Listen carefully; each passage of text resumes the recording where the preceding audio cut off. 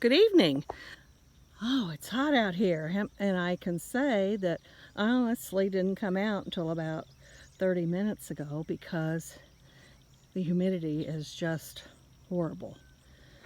So I finally weed eated around and pulled some very tall weeds out from my iris in this bed. It's a bed that it flanks the corner of our driveway, and again, Gary thought I needed a flower bed here, which I'm thrilled to death years ago, so he plowed this area out. And the reason I think there's so many weeds in it, and in one particular, a very, very bad weed, because years ago I'd say 3 years, I had a huge grass growing, and I came down here and I tried to dig it out, and that root, I've never seen such a mean looking root, and I didn't get it all. And there was a knockout rose down here on the end of this bed that I dug out, and when I did, I found some more of that root. Well, this year there's several pieces of it coming up. You can see I've thrown it all over there into the pasture, and my husband tells me it's Johnson grass, which the one I dug out I knew was. And again, I dug it twice, and I dug and dug and dug, and I thought I had gotten all the roots, but apparently it doesn't take much of a root in the ground to set it off again. And it's right in the middle of my iris and Stella de Oros, right in the middle. And I can't even spade it out without digging up some of the roots of the iris and the Stella de Oros. It's frustrating. But anyway, this bed was long overdue on mulching. I always kept it pretty mulched, and with everything I had going on and the illness that I was dealing with my husband, and I just didn't get it mulched, and I plan to do that soon, and it may be fall. It's going to have to get cooler for me to tackle some of these big jobs. But one of the things that I really have enjoyed because I didn't mulch was about, I'm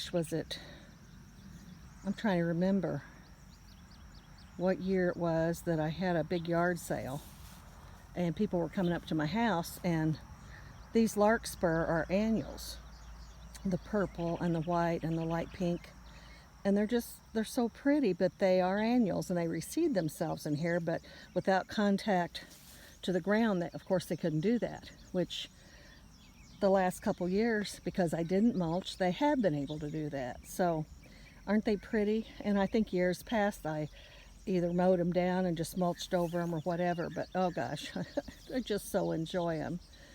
And back in the back there is it's an old gate that came from our barn, and it's kind of shifting because it's weathering. Birdhouse there on the end, which those slithery things seem to find as well. And there's also some coneflowers in here. Yeah, right here. They're getting ready to bud out more and bloom. I hung a very simple wreath on the old gate, and there's some more coneflowers back there by the gate to the right there. Yeah, right there. And a Stella de Oro up here.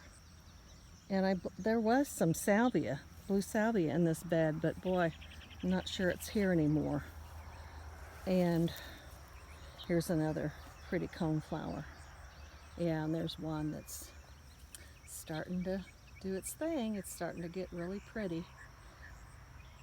And I think these are just little wild weeds, but they're so cute with their little delicate white flowers on them. They don't really bother me that much.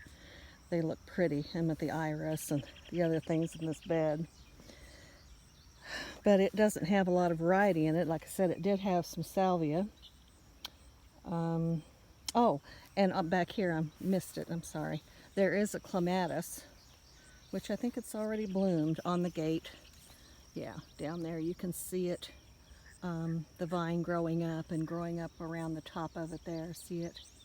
It's actually, maybe it's going to grow into that wreath, I don't know. Anyway, that's always nice too because they have pretty blooms on them. But coming on up here, these iris are yellow, really pretty yellow. Boy, look at that. Look at that head or the seed that's left. Wow, pretty. And some more stellas. More stellas. So I need something different. And there's back there's a larkspur trying to bloom its little heart out. And I know a couple years I fought poison ivy. It got right in the center of one of these stellas and just, oh man, I think I might have got it. I kept putting Roundup on it, on just the stem of it, hoping it wouldn't kill my flowers. And I may have got it. I don't know. And then coming on up here to the end of the bed, I have a crepe myrtle. And it's pretty big. I think I had it, yeah, at the other end of the bed I had the knockout rose and it finally died. I think some of the stalk is still down here. This one does have some dead branches in it. Probably needs a good trimming, maybe in the fall. But right now I'm not going to bother it. Birds seem to like to build nests in the branches of these. The one I have in my front of my house, there's a bird's nest there. So yeah, you can see it. It's pretty tall. Pretty tall. But, and there's enough room back here to mow. Kyle mows our lane for us, and he mows this area here for me and tries to keep the bed looking good. I try to weed eat around it just to give it some tidiness. But let me come around here and walk this way so you can see it pretty good. It's really pretty, I think. It's right on the corner of our driveway. And I remember when I had the yard sale, there were people that came to it that had never been down this lane. I think they had driven by it and always wanted to, but felt like that they would be infringing on privacy, and so they never came. Well, I remember when I had the yard sale, a couple of the ladies, I also had some plants for sale that year too, from my gardening and stuff, and this lady said, oh my gosh, she said, I've always wanted to come down this lane. And she said, the flowers are just so beautiful. And she said, it's just like you had some at the end of the lane, you had some here, you have some right as you enter your driveway. And she said, it's just like you're coaxing us in with the beauty of the flowers. And I was just like, oh, I didn't know that, but that does feel like it might be what I was trying to do. But just to show the beauty of it. Again, they're lots of work, and it's very humid out here tonight. It's no fun to do, but if I don't keep doing a little bit of this every night when I can, it just gets away from me. It truly does. And I honestly don't like to see the weeds growing up around it or up in it, but I'm going to plant something there on the end. I haven't decided what. I don't know what I'll do until I get rid of that Johnson grass, and my husband said it'll be a big challenge. He's had issues with Johnson grass. Of course, we have issues with thistle in our pastures. And once they have a big plant go to seed, it is everywhere. And it's everywhere up there in our pasture right now. It's terrible. But anyway, we do have quite a bit of Johnson grass on the farm too, which is not fun. So that's what I wanted to show you tonight. I wanted to wait until I got a few of these big weeds out of this bed before I showed it to you, and weed eat around it, which I got done tonight. So I at least got that accomplished. So, and again, we have a beautiful view from our property no matter which way you look. But down there you can see there's a pond. It's one of our biggest ponds, and we enjoy that. The sky's got some pretty color to it tonight too. Not like past years, but anyway, there's where our lane comes in off of the blacktop up there. and then it sweeps down here, comes around this corner. That driveway goes to Emily and Kyle's house, sweeps around this corner, and then we go all the way in to our house this way.